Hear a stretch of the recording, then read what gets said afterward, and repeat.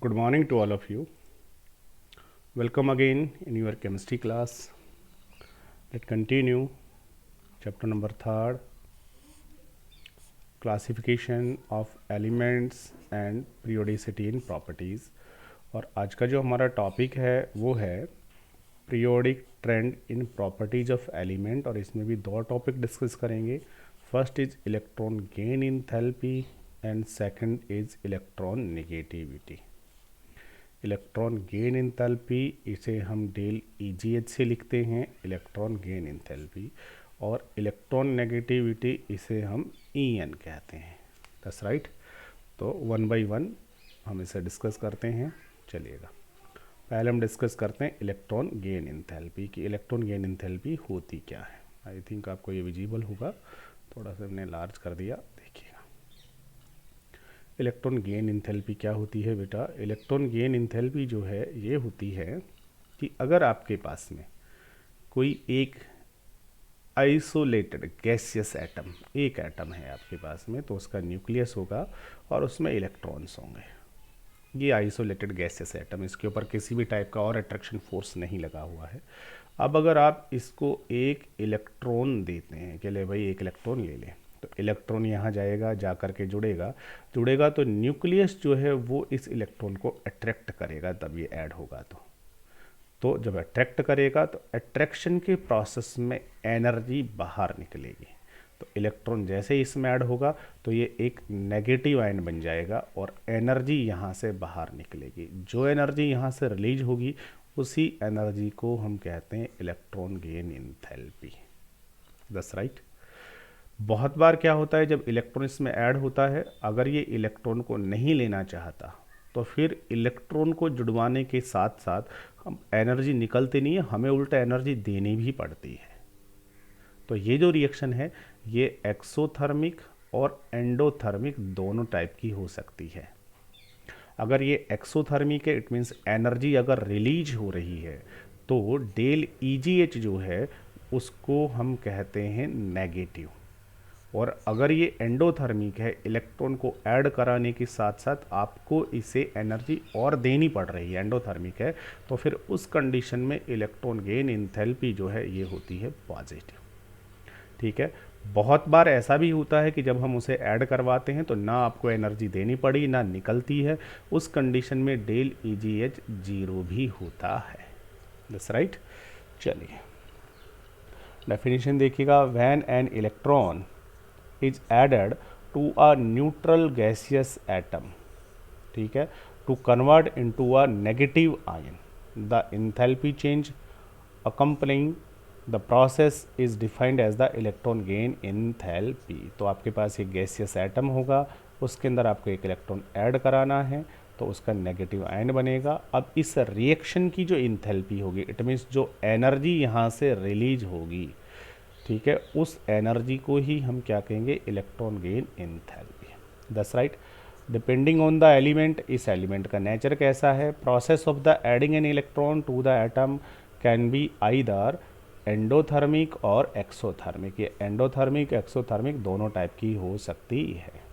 हमारी बात समझे. इट मीन्स ये डेल EGH पॉजिटिव नेगेटिव दोनों में से कैसा भी होगा. For many elements energy is release, बहुत सारे एलिमेंट में ये रिलीज होती है.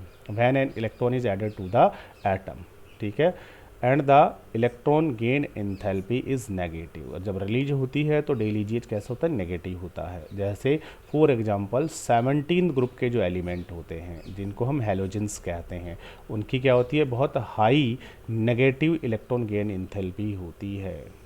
क्यों होती है हाई नेगेटिव, क्योंकि बेटा 17 ग्रुप के जो एलिमेंट होते हैं पीरियोडिक टेबल में देखिएगा, वो 17 ग्रुप वाले एलिमेंट यहाँ पर होते हैं. और 17 के बाद कौन से एलिमेंट होते हैं, 18. और 18 में कौन होते हैं, नोबल गैसेस होते हैं. याद है ना आपको, 18 में कौन होते हैं बेटा, नोबल गैसेस होते हैं. तो 17 और 18 में से कौन से ज़्यादा स्टेबल होते हैं, 18 वाले. तो 17 ग्रुप के एलिमेंट अपना कॉन्फ़िगरेशन 80 जैसा करना चाहते हैं. तो फ्लोरीन जो है it want to convert into neon. Chlorine जो है किस में कन्वर्ट हो जाना चाहता है, आर्गन में. So fluorine very easily accept electron. ठीक है। Chlorine very easily accept electron, और इलेक्ट्रॉन को जितना इजीली लेगा इसका मतलब उतनी ही इजीली या उतनी ही ज़्यादा एनर्जी को रिलीज करेगा इसका मतलब एक्सोथर्मिक, इट मीन्स डे लीजिए नेगेटिव होगी, ठीक है बेटा। तो हाईली नेगेटिव होती है electron gain enthalpy because of they attend stable noble gas electronic configuration by picking up an electron. एक इलेक्ट्रॉन लेकर के वो अपना कॉन्फ़िगरेशन कैसा करना चाहते हैं, नोबल गैस जैसा करना चाहते हैं। On the other hand noble gas जो होती हैं have large positive gain electron enthalpy because the electron has to enter the next upper principal quantum number leading to a very unstable electronic configuration। अब अगर बात इनकी की जाए कि 18 ग्रुप के अंदर जो है हीलियम, नियोन, आर्गन जो है, इनको अगर एक इलेक्ट्रॉन दिया जाए तो बताइएगा नियोन, आर्गन एक इलेक्ट्रॉन लेंगे क्या? नहीं लेंगे, क्योंकि एक इलेक्ट्रॉन लेने से उनका इलेक्ट्रॉनिक कॉन्फ़िगरेशन चेंज हो जाता है और पहले वो स्टेबल थे अब अनस्टेबल होते हैं, तो वो एक इलेक्ट्रॉन बिल्कुल भी नहीं लेंगे। अगर इनको एक इलेक्ट्रॉन देना है तो फिर बेटा आपको एनर्जी इनको प्रोवाइड करनी पड़ेगी। Then del EGH, then this reaction is endothermic and this condition del EGH should be positive. हमारी बात समझ में? तो डेल ईजीएच नेगेटिव पॉजिटिव दोनों टाइप का होता है। चलिए इसके बाद इलेक्ट्रॉन गेन एंथैल्पी की कुछ वैल्यूज भी देखिएगा। Electron gain enthalpy have large negative value. Large negative का मतलब होता है बहुत ज़्यादा एनर्जी रिलीज होना, ठीक है। लार्ज नेगेटिव का मतलब हायर एनर्जी रिलीज, ठीक है। लेस नेगेटिव का मतलब कम एनर्जी रिलीज होना। पॉजिटिव का मतलब एनर्जी देनी पड़ेगी, रिलीज नहीं होगी, ठीक है। Toward the upper right of the periodic table preceding the noble gas, ठीक है। नोबल गैस से पहले देखिए, नोबल गैस से जो पहले जो एटम्स हैं ये हीलियम, नियोन, आर्गन, क्रिप्टॉन, ये वाले जो हैं इनसे पहले देखिएगा, इनसे पहले वाले जो एटम्स होते हैं 17 वाले, उनमें देखिएगा जो डेल ईजीएच है ना वो सबसे ज़्यादा लार्ज है इनके लिए। बाकी के लिए देखो, बाकी के लिए उतना लार्ज नहीं है, बाकी के लिए कैसा है, ये कम है बेटा, ठीक है। बाकी के लिए कम है, इनके लिए सबसे ज़्यादा लार्ज होता है, ठीक है। और इनके लिए देखो, इनके लिए तो जो डेल ईजीएच है वो पॉजिटिव ही है, इनमें तो इलेक्ट्रॉन को ऐड कराने के लिए आपको खुद एनर्जी देनी पड़ेगी, रिलीज नहीं होगी। अब अगर आप यहाँ से एक इंटरेस्टिंग चीज़ देख रहे हैं तो आप देख सकते हैं कि इनके लिए डेल ईजीएच सबसे लार्ज है, और इनमें भी देखिएगा सबसे ज़्यादा जो है वो किसके लिए, वो है फ्लोरीन के लिए काफ़ी ज़्यादा है, बट क्लोरीन के लिए सबसे ज़्यादा है, ठीक है। फिर फ्लोरीन है, फिर ब्रोमीन, आयोडीन, ये वाला। सेम ऐसे ही अगर आप इस 16 ग्रुप में देखेंगे तो 16 ग्रुप में देखिएगा जो इलेक्ट्रॉन गेन एंथैल्पी है उसको देखेंगे तो ऑक्सीजन जो है उससे ज़्यादा देखिएगा किसकी है, ये सल्फ़र की है। ऐसे फ्लोरीन से ज़्यादा किसकी है, इसकी है। अरे बात समझ में? ऐसे यहाँ देखिएगा इससे ज़्यादा इसकी है, ठीक है। तो इस तरीके का यहाँ पर होता है। क्यों है ये मोर नेगेटिव, लेस नेगेटिव, किसके लिए ज़्यादा है, कम है, तो वो सारी चीज़ें अभी डिस्कस करेंगे। चलिए अब बात हम करते हैं variation in electron gain enthalpy, ठीक है बेटा। जब हम left to right, right to left या एक ग्रुप या पीरियड की बात करते हैं तो इलेक्ट्रॉन गेन एंथैल्पी में कैसा वेरिएशन होता है, देखिएगा।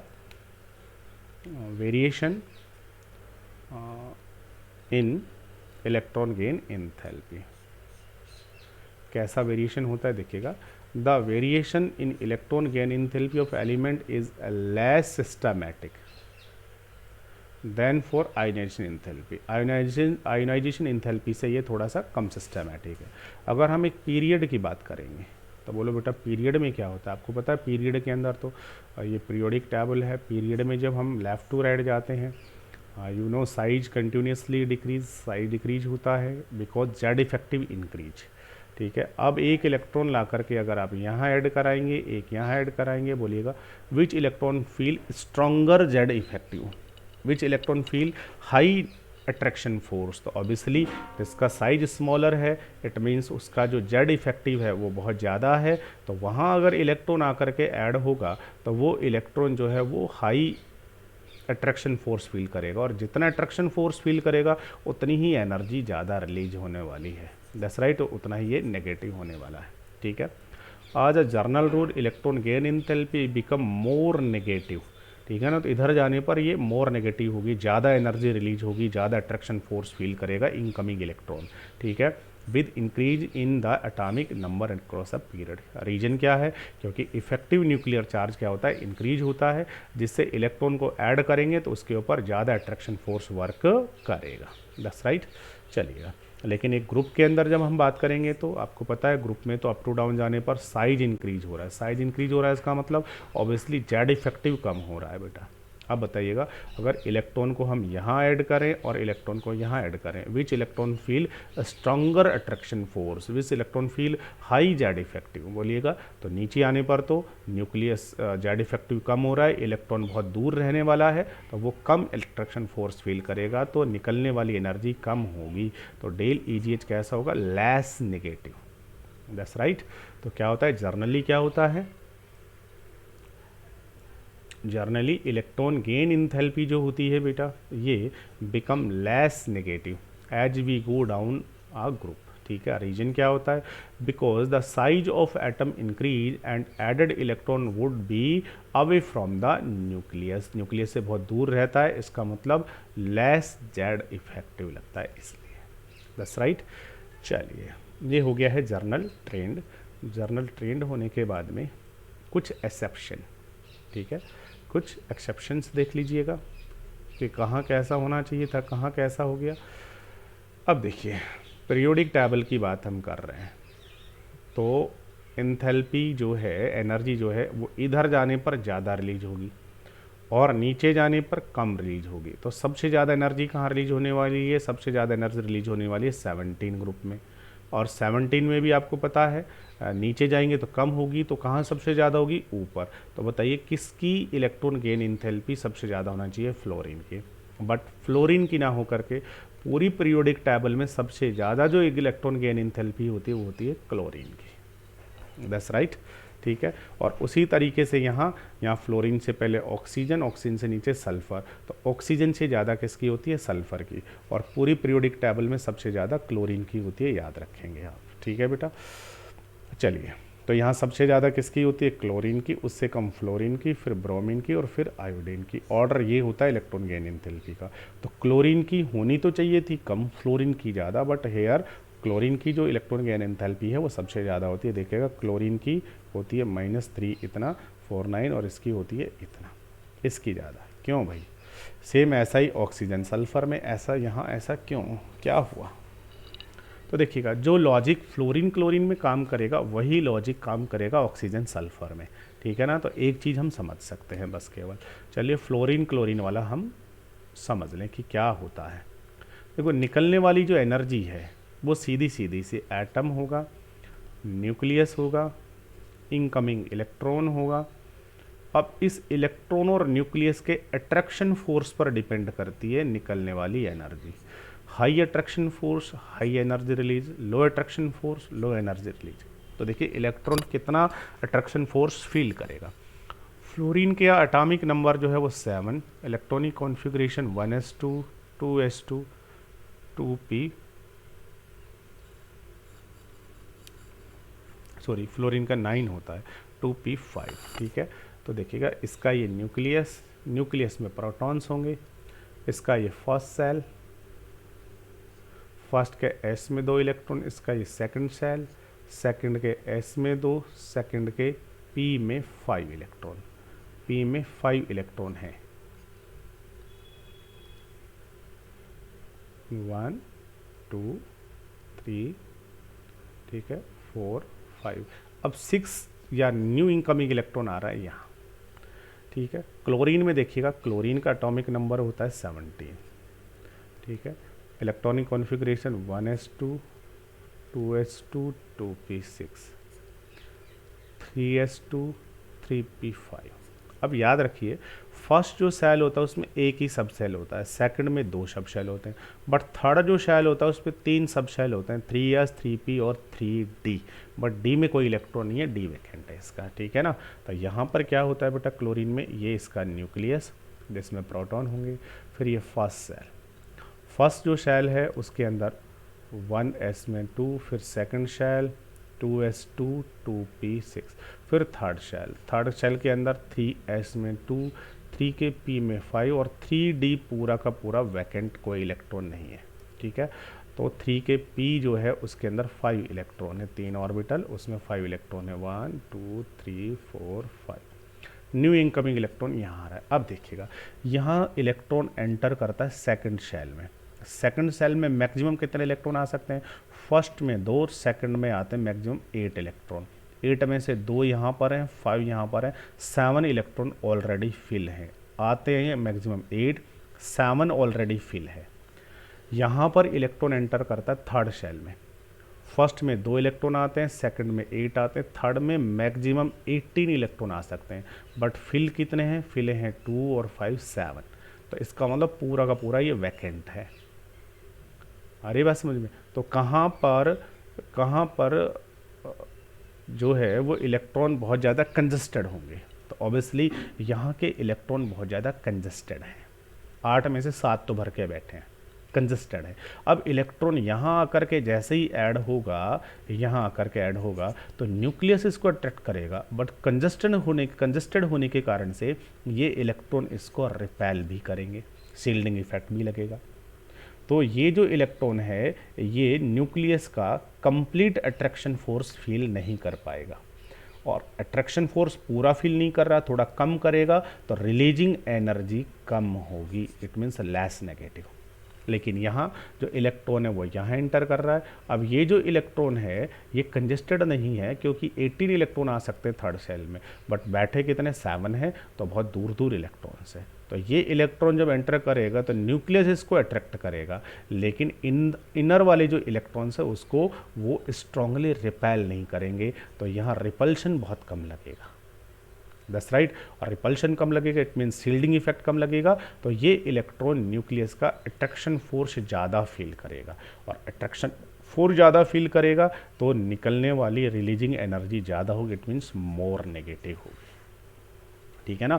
इसलिए क्लोरीन जो होता है बेटा, उस क्लोरीन की electron gain enthalpy more negative होती है देन फ्लोरीन। क्यों? क्योंकि फ्लोरीन का साइज छोटा होता है। साइज छोटा होने से इलेक्ट्रॉन जो होते हैं वो बहुत क्लोज होते हैं, कंजस्टेड होते हैं, और कंजस्टेड होते हैं इसलिए उनके अंदर बहुत सफ़र सिग्निफिकेंट रिपल्शन, इससे वो बहुत ज़्यादा रिपेल करते हैं, जिससे इलेक्ट्रॉन जो होता है बेटा, वो इलेक्ट्रॉन न्यूक्लियस का अट्रैक्शन फोर्स थोड़ा कम फील करेगा, और इलेक्ट्रॉन अट्रैक्शन फोर्स कम फील करेगा तो रिलीजिंग एनर्जी भी कम होगी। बट क्लोरीन और सल्फर का साइज बड़ा है, साइज बड़ा होने के कारण से क्या है बेटा, वहाँ पर वैकेंट स्पेस ज़्यादा है। और ये बात समझ में? ठीक है, लार्जर रीजन स्पेस बहुत ज़्यादा है, जिससे इलेक्ट्रॉनिक रिपल्शन कम होगा और इलेक्ट्रॉन अट्रैक्शन फोर्स ज़्यादा फील करेगा, सो रिलीजिंग एनर्जी ज़्यादा होगी। चलिए नेक्स्ट देखिएगा, ये आपका एक एनसीईआरटी का क्वेश्चन है। ठीक है बेटा, which of the following will have the most negative electron gain enthalpy and which the least negative. आपको बताना है फास्फोरस, सल्फर, क्लोरीन, फ्लोरीन, इनमें से किसके लिए इलेक्ट्रॉन गेन एंथैल्पी सबसे ज़्यादा होगी, किसके लिए कम होगी। ठीक है, तो आपको पता है 15, 16, 17 ये एलिमेंट लिखे हैं, इनमें सबसे ज़्यादा किसके लिए होने वाली है, तो पता ही है कि इधर जाएंगे तो ज़्यादा होगी और नीचे जाएंगे तो कम होगी, तो सबसे ज़्यादा इनके लिए होगी, फ्लोरीन क्लोरीन के लिए। तो होनी तो फ्लोरीन के लिए चाहिए थी, बट होती किसके लिए, क्लोरीन के लिए, तो सबसे ज़्यादा तो हो जाएगी क्लोरीन के लिए। अब इधर आने पर क्या होता है, कम होता है, तो सबसे कम होगी इन दोनों की। ठीक है, और नीचे जाने पर भी क्या होती है, कम होती है, तो फिर सबसे कम किसकी होने वाली है, सबसे कम होने वाली है फॉस्फोरस की। That's right. तो सबसे कम जो होगी, least negative electron gain enthalpy किसकी होगी, फ्लोरीन की। ठीक है, और सबसे मोस्ट किसकी होगी, मोस्ट नेगेटिव, वो होगी क्लोरीन की। बस यही तो पूछा है, किसकी कम किसकी ज़्यादा। ठीक है, चलिएगा इस तरीके से हम इनको सॉल्व कर सकते हैं। इलेक्ट्रॉन गेन एंथैल्पी होने के बाद में फिर जो नेक्स्ट टॉपिक है हमारा वो है electron negativity. Electron negativity, electron negativity ये काम बहुत आता है। ठीक है ना, इलेक्ट्रॉन नेगेटिविटी पूरी 12वीं में पूरा का पूरा जो खेल है वो इसके ऊपर है, इलेक्ट्रॉन नेगेटिविटी के ऊपर। क्या होता है इलेक्ट्रॉन नेगेटिविटी, शॉर्ट में हम इसे EN कहा करते हैं। ठीक है, तो देखिएगा, the ability of an atom in a chemical compound to attract shared electron to itself is called electronegativity।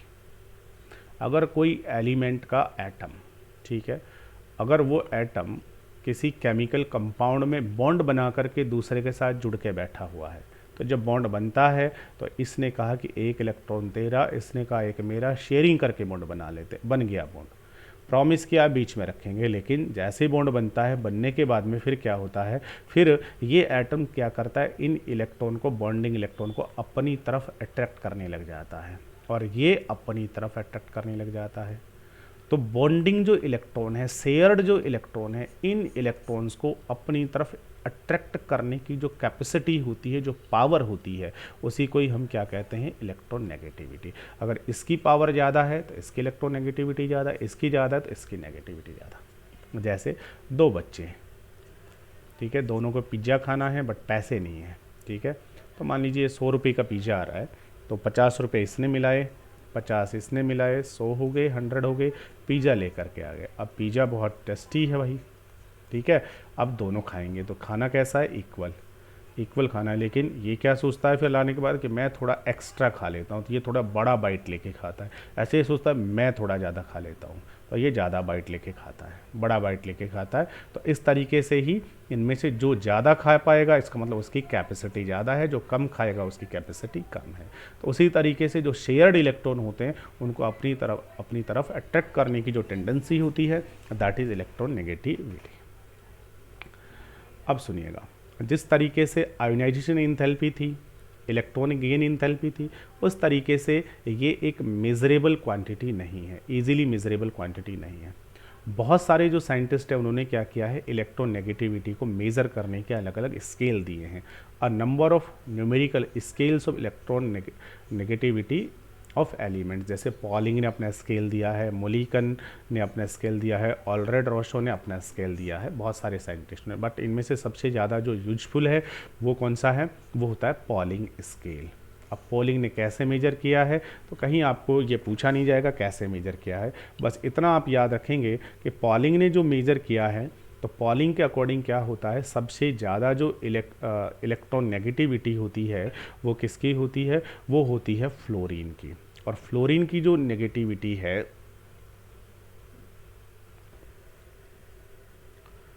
Fluorine की जो इलेक्ट्रॉन नेगेटिविटी है बेटा, उसको पॉलिंग ने कैलकुलेट करके बताया है कितनी होती है, 4 होती है। अच्छा, एक चीज़ आप और भी समझ सकते हो कि इलेक्ट्रॉन नेगेटिविटी एक्चुअल में होगी क्या। देखो बेटा, दोनों एटम हैं, दोनों एटम कंबाइंड हो गए, दोनों ने इलेक्ट्रॉन की शेयरिंग कर ली। अब इलेक्ट्रॉन पर कौन सा चार्ज है भाई, इलेक्ट्रॉन पर तो नेगेटिव चार्ज है, और इनका जो न्यूक्लियस है उसमें कौन सा चार्ज है, न्यूक्लियस में पॉजिटिव चार्ज है। तो ये जो न्यूक्लियस है, ये बताइए, इस इलेक्ट्रॉन को तो अट्रैक्ट करेगा ही, दूसरे वाले को भी क्या करेगा, अट्रैक्ट करेगा। ऐसे ही इसका जो न्यूक्लियस है वो भी दोनों को अट्रैक्ट करेगा। तो ये जो इलेक्ट्रॉन को अट्रैक्ट करने की जो पावर है वो एक्चुअल में न्यूक्लियस की, और न्यूक्लियस की जो पावर होती है उसको हम क्या कहते हैं, इफेक्टिव न्यूक्लियर चार्ज। इसका मतलब जिसका इफेक्टिव न्यूक्लियर चार्ज ज़्यादा है उसकी EN क्या होगी, हायर होगी। और इफेक्टिव न्यूक्लियर चार्ज सबसे ज़्यादा किसका होता है पीरियोडिक टेबल में, तो आपको पता है, इधर जाएंगे तो साइज डिक्रीज होता है, it means effective nuclear charge बढ़ता है, ठीक है। तो सबसे ज़्यादा किसका होता है, 17 वालों का, और ऊपर से नीचे जाते हैं तो भी साइज बढ़ता है, तो सबसे ज़्यादा किसका होगा, फ्लोरीन का, इसलिए फ्लोरीन की EN सबसे ज़्यादा होती है। अब आपको यहाँ से एक जर्नल ट्रेंड भी समझ में आ गया होगा कि EN कहाँ से कहाँ जाने पर इंक्रीज हो रही है, कहाँ से कहाँ जाने पर डिक्रीज हो रही है, ठीक है। तो आप यहाँ पर वेरिएशन को भी समझ सकते हैं। वेरिएशन ऑफ इलेक्ट्रॉन नेगेटिविटी, सबसे पहला वेरिएशन कहाँ है, अक्रॉस अ पीरियड। एक पीरियड में क्या होगा, इलेक्ट्रोनेगेटिविटी इंक्रीज होती जाएगी पीरियड के अंदर जब आप लेफ्ट टू राइट जाओगे। क्यों, क्योंकि एटॉमिक रेडियस डिक्रीज होगी पीरियड में लेफ्ट टू राइट जाने पर, जिससे उसका जेड इफेक्टिव इंक्रीज होगा। याद रखना है, जेड इफेक्टिव इंक्रीज होगा, दैट्स राइट, जिसके कारण से। और ग्रुप में क्या होगा, ग्रुप के अंदर वो डिक्रीज होती जाएगी। क्यों, क्योंकि जो जेड इफेक्टिव है वो कैसा होता जाएगा, न्यूक्लियस जो है जेड इफेक्टिव कम होता जाएगा। सीधा सा जेड इफेक्टिव से एक्सप्लेन कर दीजिएगा, जेड इफेक्टिव कम होगा इसलिए, that's right, that is electron negativity. अब एक चीज़ और याद रखनी है कि EN जो होती है वो सबसे ज़्यादा किसकी होती है, फ्लोरीन की। कितनी होती है 4। फ्लोरीन से कम किसकी होती है, तो उसके लिए आपको एक याद रखनी है बात, कौन सी, कि फोकल ने बैरे से कहा, फोकल ने बैरे से कहा। ये एक बहुत ही गोल्डन लाइन है। क्या कहा, ये सीनियर क्लास में बता दूंगा क्या कहा, ठीक है। फोकल ने बैरे से कहा, ठीक है, क्या कहा सीनियर क्लास में पढ़ेंगे। ये एक गोल्डन लाइन है, ये आपको याद है तो ये मान लीजिए आपको इलेक्ट्रॉन नेगेटिविटी याद है और बहुत सारे काम अपने आप हो जाएंगे। फो का मतलब होता है फ्लोरीन और ऑक्सीजन, कल का मतलब Cl होता है, ने का मतलब नाइट्रोजन, बैरे मीन्स ब्रोमीन, से मीन्स सल्फर, कै मीन्स कार्बन, है मीन्स हाइड्रोजन।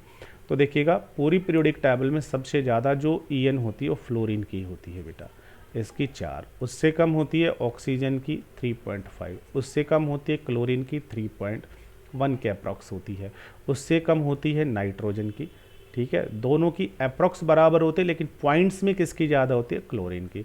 फिर होती है ब्रोमीन की अप्रॉक्स 2.8, इसकी होती है अप्रॉक्स 2.6, इसकी होती है कार्बन की 2.58 के लगभग, हाइड्रोजन की होती है 2.2 के अप्रॉक्स, ठीक है।